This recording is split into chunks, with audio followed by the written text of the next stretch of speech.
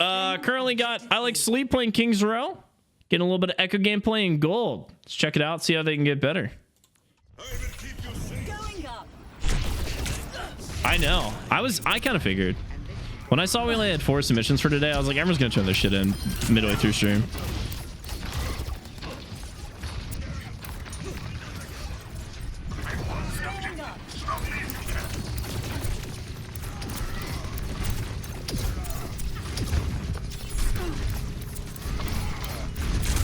Okay. I kind of like this. They gave a lot of space, man. That Reinhardt literally just gave your team that whole corner. Nice little beam. Almost got her. They're stickies. Yeah, great angle. They just gave you guys the point, I guess. Well, this is nice and easy. I hope they do this the rest of the round for you.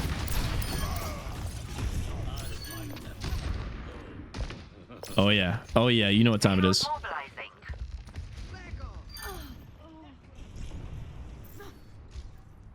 Greetings. Hello there. Ascending.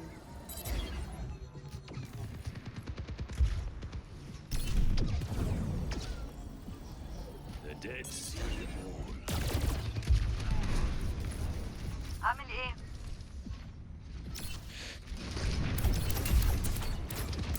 Damn. Oh, what? Wait, hold up. Wait a minute. I wonder if you even noticed.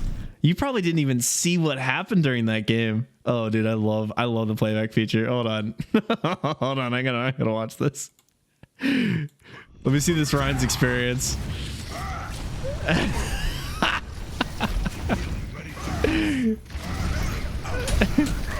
This is yoink.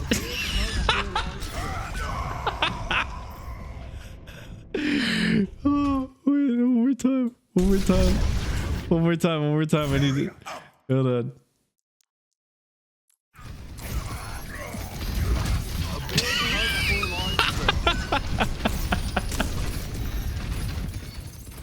Huge play.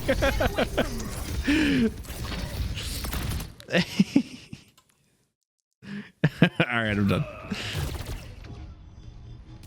That was funny. I love playbacks, man. You get to see so much more. You get to see some of the funniest plays in this game, man.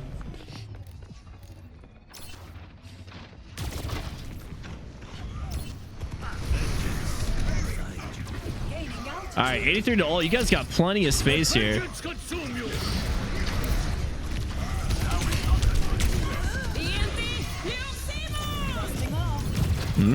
Oh, a little flanker Rooney.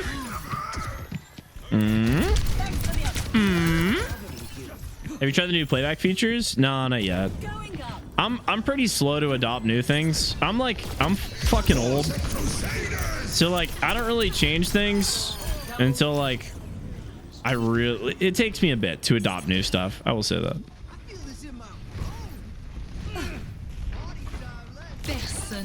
And maybe someday I'll use them, you know. I think if anything, it probably helps. Like deaths, like seeing the deaths is really nice. Cool. Honestly, right now this team just feeding. Cool. I like that we're staying on the high ground here. Because he immediately drops on the high ground.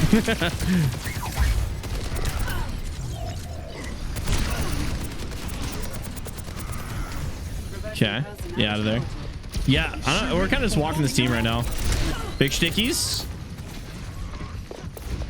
Almost got that Widow off. It's a nice pressure though. Forcing her to play down that main is really nice. She gets so many less angles from down there, so it's really good. You don't even got to kill her. B comes out.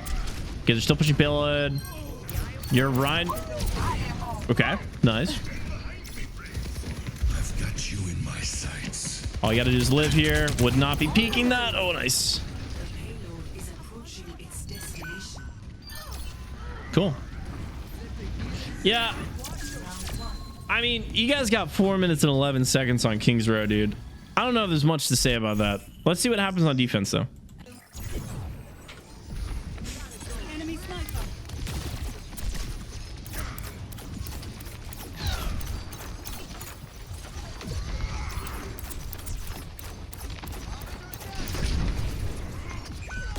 Cool. Like that we're just getting some spam damage here, especially on this choke. Really don't gotta fly up until they engage. Yeah, I like this. I like this. Nice and slow. Just going for spam damage, forcing out any cooldowns that you can. That Genji is being patient. Nice, we fly up. Great. Pressure from there. You see the Zen. Man, you guys are getting wrecked on these corners. Dude, I will say this. In my entire time of playing Overwatch, I swear to God, nobody knows how to hold the point on King's Row. Nobody knows how to rotate safely on King's Row and live and then push back. And I think what happens is people do like, this is like the common route, right? When you're playing King's Row, this is like the big rotation, which is, it's okay, but it kind of sets you up for failure as you do it, right? Like you play here and you just rotate through here. And then the moment they like push you here, you play in here. Is like, sorry, is most like the static players. What happens with the supports is that as they rotate through here. And this is what happens every time, man. Either they separate you guys here, and either they push the supports and kill them, or they separate you guys from your heals and then kill you. And it's like teams don't know how to rotate together in this point, and it blows my mind. And I feel like it's something you probably just got to communicate early on. But it happens every time, and I think it happens here too, right? Is that they push the point and then you guys just split on the rotations. I swear to God, since Overwatch 1 has come out, nobody knows how to hold this corner properly. At any rank. I see this happen at every, like, weird ranks all the time. Right? Look at this. Look at how much they just split here. Right? Yeah, he's just right around it. Yeah. Wait, hold on. Let me back this up again. Watch this. So you guys, right? We play here. Your team rotates here. And this is what's going to happen. These people go here. And then supports in purple go this way. Watch. Happens every time. Here's your support. Bye, support. Here goes everybody else. Then they rotate out. Ryan goes in. And then die. God damn it, dude. I swear to God, man. Ugh, I swear to God. It's the funniest part is you really just got to play together on that rotation, and you guys will be fine. I don't recommend playing in here just because they have the off angle. Not that this really applies to you, but just like teams in general, just because I want to go over something.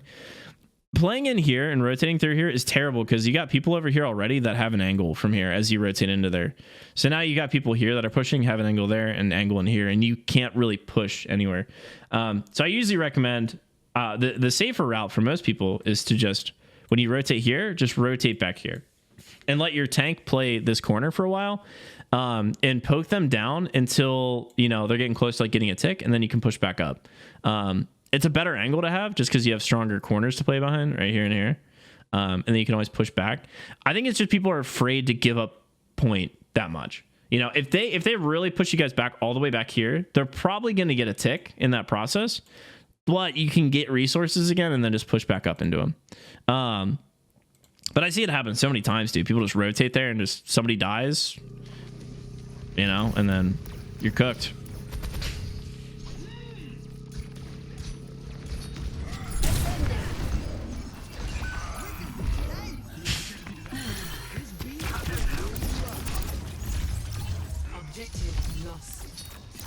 Stop the payload. What's up, Mamoshka? Even if it rotates correctly, if the rest of your team doesn't realize or know the right rotation, your team still gets split. That's what I mean. It's like you have to really communicate it if you're gonna do it. So I'm not saying it's like, you know, I'm not saying that's not gonna happen. It probably is. It's more of an observation that it's like that's one of the most commonly poorly rotated points in the game, and that's why it's so easy to cap it.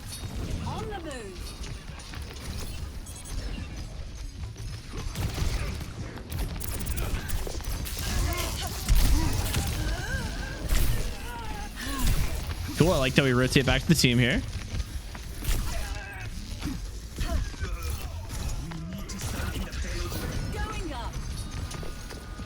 Fly over, get a little bit of an angle here. Pressure the Curie a little bit. I wouldn't hard press this though, since you're down resources. Like this angle we got. I like that we're playing the rooftops too. Yeah, get right above them.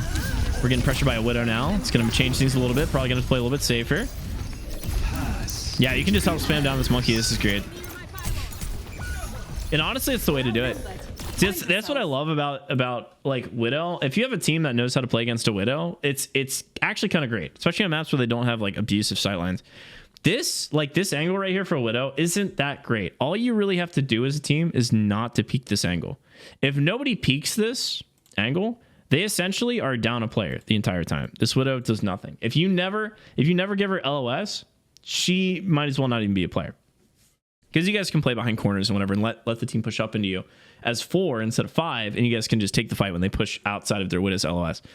That's usually going to force the Widow to take more aggressive angles. For example, if she's holding down this angle, she might go over here and take an angle a little bit farther to the right, or she might try to go all the way to the alleyway, take a more aggressive angle over here. The nice thing about forcing her to do that is it's so much easier to dive her and actually kill her, because it's going to be away from what her team, like to take more aggressive angles, she has to take angles separate from her team so she can catch people on angles, right? Or they'll just constantly rotate away from that and play corners.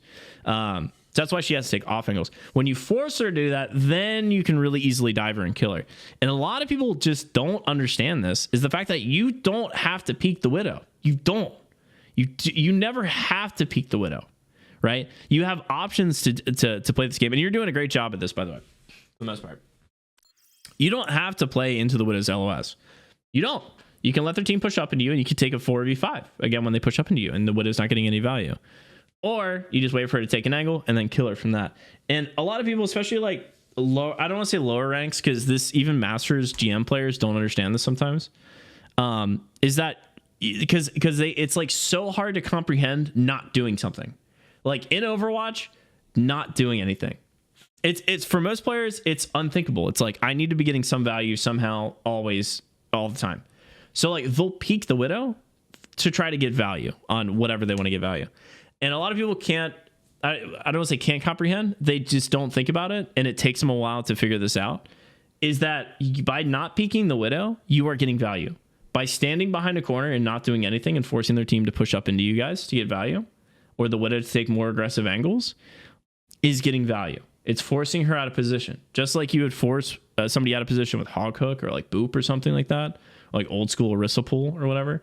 It's the same thing. You're forcing them to take more aggressive angles, get them out of position so they can engage on you guys.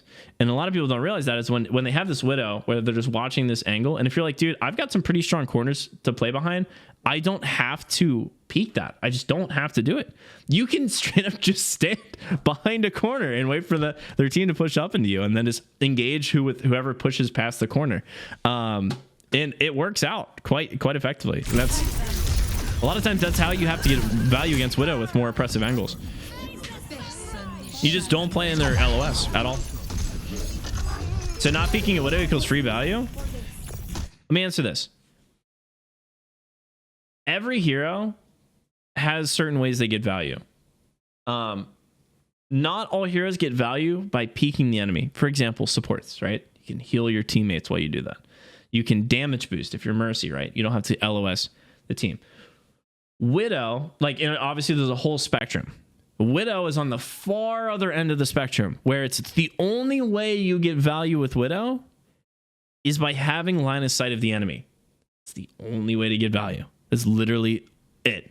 What she does is she points and clicks heads. That's it. If she does not have heads to click, what value does she provide to the team? Nothing. She provides nothing. There's no other value. Now, you can make an argument for, like, don't even bring up Venom Mine. It's all right, but let's be real. You can make an argument that just her existing and the enemy team knowing that she exists, again, you can make an argument for that value. They're having to play more passive just because you're running Widow. Some maps that would actually be good for your team. If you're hard locking a location and not letting them peek and letting your team push through that location pretty much uncontested, that could be considered value.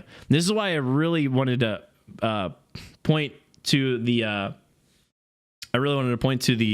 fact that if you have a really strong choke that you don't have to peek into, and if their team has to push up into you, there's no reason to peek the Widow. There's not.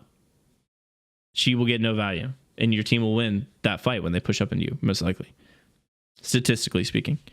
So that's why I'm very, like, for example, you don't want to not peek an angle or like push out into an area just because of what is looking at it, if it means they're going to push that payload like super fucking far, right?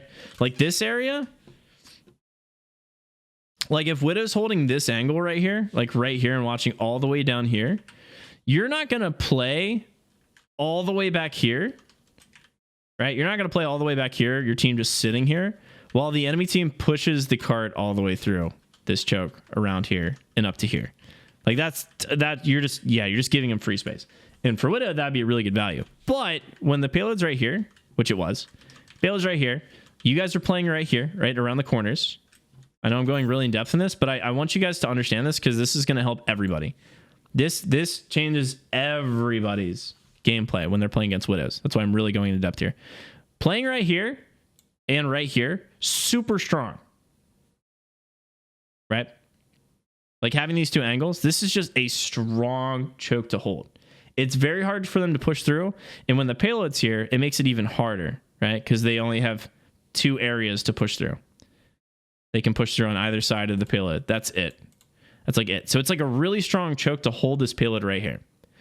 Do you need to peek this sightline where that Widow was playing back here? Do you need to peek this sightline at all to prevent this payload from moving forward? Nope. You stand right here. This contests the payload right here. This can contest the payload right here. You don't have to peek at all. So it forces that team of 4 to push out from the payload and into your team, like right here, to play out here into your team, which you guys can engage from here. So Widow's back here farting around, not getting any angles. And you guys are taking a 5v4 right here. Boom. Like this. This is a 5v4. Statistically, much better for you guys. They're playing in a kill box, which is an open area. And you guys are playing in a much more defensible area. You got these corners here. You can play back here. You've got your supports, which are nice and safe back here. Their supports are going to have to play more aggressive to get past this payload. This is just a way better play to... That's why I mean is like, there's no reason to peek that Widow. Like you take the fight when they push up to you. As long as the payload's not moving, you're good. This is why I was saying this is going to force that Widow to take more aggressive angles. If she wants to play this and play Widow. So she's either going to go over here, like that Widow when she was back here. She's either going to go over here, take this angle, which is a pretty good angle for her, much safer. This is a more risky angle, right? But this is better for the supports if you're trying to get the supports. Easy to dive. If they're playing a brawl comp, this might be a better choice because if they can't engage on you quickly... sorry, I'm blocking it with my camera. Let me move that for you. There you go. This is a much better angle to kill the supports if they're running a slower comp that can't respond to you, just because the angle is so much easier. But this is better, safer overall, just because you got sightline all the way through here. But obviously, if they're running tanks with shields, you're basically going to be doing nothing. So these are more aggressive angles because it's easier for your team who's playing here to engage on this or to engage on this because, you know, we might be playing over here too. And it's just safer. While the enemy team in blue is all right here. If Widow's playing back here, you know, like, we can't engage on that, right? Because we have to push through the team to get through there. Super risky, right? To even like, you know, you don't want to do that. So why not just play here, force her to take those angles, and when she does take those angles, then respond to her, right? Or if you want to be even gigabrained, wait for her to take aggressive angles. And the moment you know that she's taking that aggressive angle, push super fucking hard into the enemy team. Right? And force the 5v4 on point. You don't even got to respond to the Widow. Just push into their team. Get super aggro as 5. Obviously takes a lot of communication for that. But that's what I mean is like you can get value by like not doing anything. You don't have to peek the Widow, right? Right? And there's no argument. Like when you look at it like that, it's like, oh, well, yeah, obviously. Like, but when you're playing the game, you feel like you need to. You feel like you have to put pressure on the enemy team. When in reality, if you don't peek that Widow at all, you're completely taking away an entire player on their team that gets nothing, no value, nothing. So like forcing that to happen is actually really smart.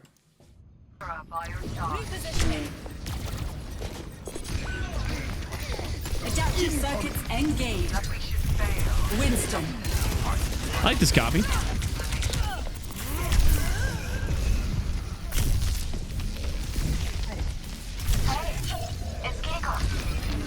Or just DDoS attack the Widow. That'll work too. It's good to hold here. We see the Widow, for example. Exactly what you're doing right here. Don't gotta peek it. Like this. What did she do? Chat, I love it when the game just proves me right so quick. I love it when the game proves me right. Immediately. Literally immediately. All right, let's... That's so funny. All right, so let's look at this real quick. So Widow's, right? Widow's playing right over here. Mercilessly Deadly. She's right here, right? So she's playing up here with her team. This angle, she's not going to be able to get much value from, right? It's too short of a range. And her team's not playing there anymore. So instead of playing that, she goes for a more aggressive angle up here on the left, up here. And I just want you to see how much easier it is for your team to respond to that and how easy it is to kill her. She grapples up. We see that she's on the left, and look at how easy it is to just bonk, boop. And that's how you get free. That's how you get free value on a Widow.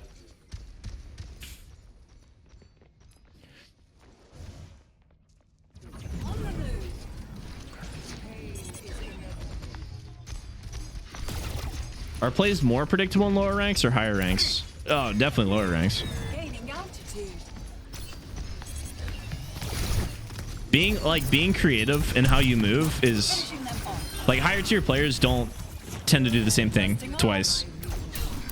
Now there's like patterns of people that do stuff and things that just work out well, which you can pretty much guarantee are going to happen a lot of times. But for players that require like surprising people, they're really good at changing up like their pattern on how they roll out and stuff like that.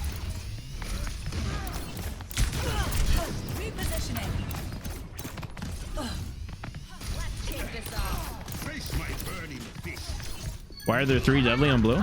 Probably a stack.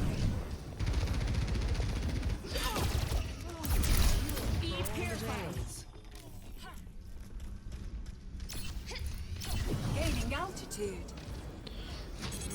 Made manifest.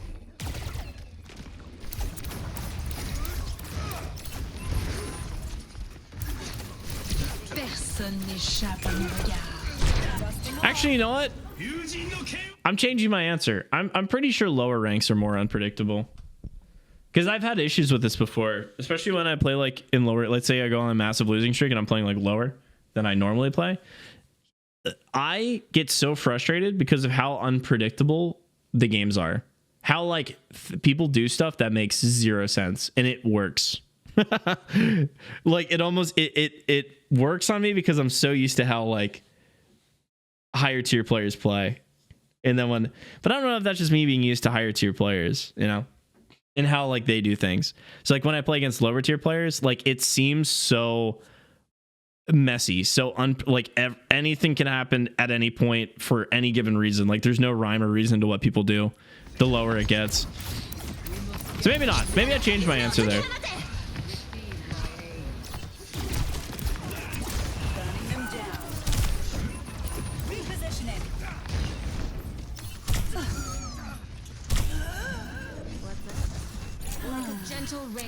Okay. I think they're playing safe here too.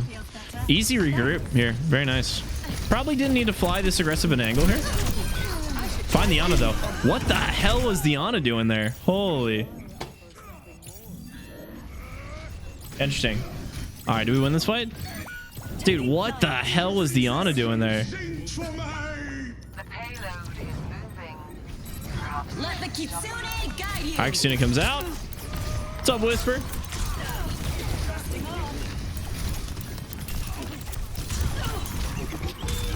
Copy comes out on the Ana. Okay, let's see where this goes.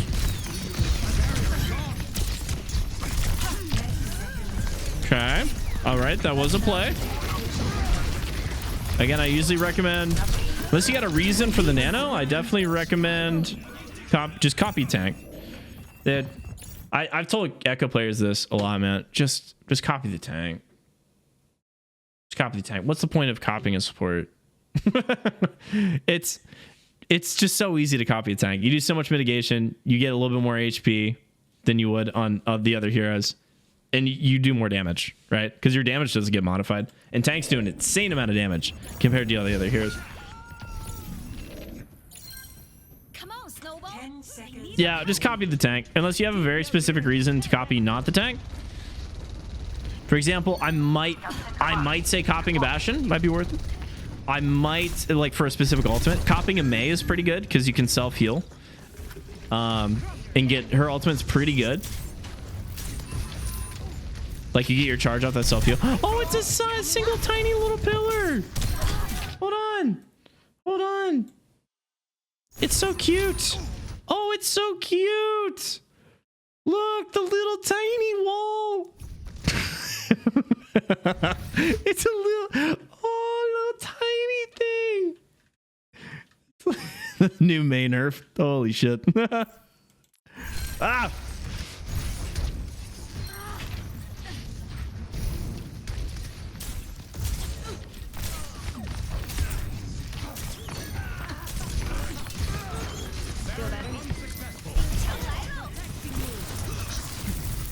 Cool. Yeah, just land on the left click. Keep going. Why not? You're safe. Yeah. Boom. Easy money.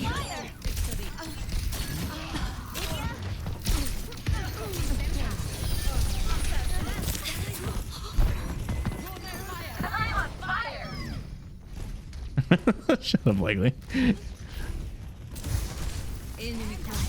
I guess I just thought Sig wasn't much value. Well, Sig's an insane amount of value, dude. Sig has got so much survivability. Yeah, copy the Sig.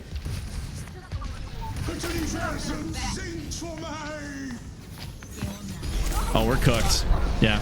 Oh, big bubble. Damn. Whoa.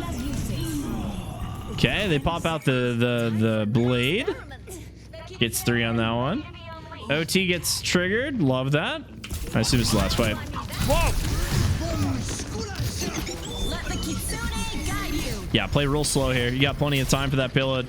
Plenty of time. Nice shove of the wall. Just play that angle. Huge grab. Freeze comes down. Cool. Yeah, good stuff. Yeah, not too bad. Not too bad. I like the angles you were taking. We did get a little too aggressive at times. But for the most part, copy the tanks. I'll be straight up with you. Just copy tanks when you're playing Echo. Like, when in doubt. That's more of like, if you don't have a plan, just copy the tank. Like, I can't think of a single tank that I probably wouldn't copy because of how easy it is to get their ultimate and how much value they get in the short term anyways. Yeah, it's kind of the rule of thumb. Now, I don't play a lot of Echo, but I can tell you all the Echoes I play against, they all are copying tanks. They just copy the tank, copy the tank, copy the tank. Unless they're copying, like, maybe Genji for his blade, maybe Reaper to farm up his Reaper ult real quick. So if you have a reason for, like, a specific hero that you want to get their ultimate on, then you can make a case for it. But outside of that, like, copying the Ana and then just, like, frontlining as Ana is like, dude, you just missed out on, like, a huge opportunity there. What about Sojourn? Depends on if they have mitigation or not. If they're running a tank that's like Hog or like Malga or like Ball or something, like, that's not a bad choice, right? Because you can probably farm up your ultimate pretty quickly because they don't have a lot of mitigation. But if they're running like Diva, Winston, Ramatra, Sig, you know, all the Reinhardt, all these characters that have shields, it's going to be very hard for you to build up your ultimate onto them before your timer's out. So I just think about it. I mean, the more you do it, like, the best ones I can think of are ones that once you get the ultimate, they stay, you know, like Mail, you know, once you drop Mail, like, that lasts, like, then you're good. You got Mailed out. Or like Bob, like copying Ashe to get Bob, and then because Bob stays, right? The Bob's not bad. Sigma ult, you get it at least immediately when you use it, if you can trigger quickly enough. Grav, it's great. Orisa ult's fine. Rhine Shatter's great. He's got shield for mitigation. Great. These are all heroes that are pretty good choices. So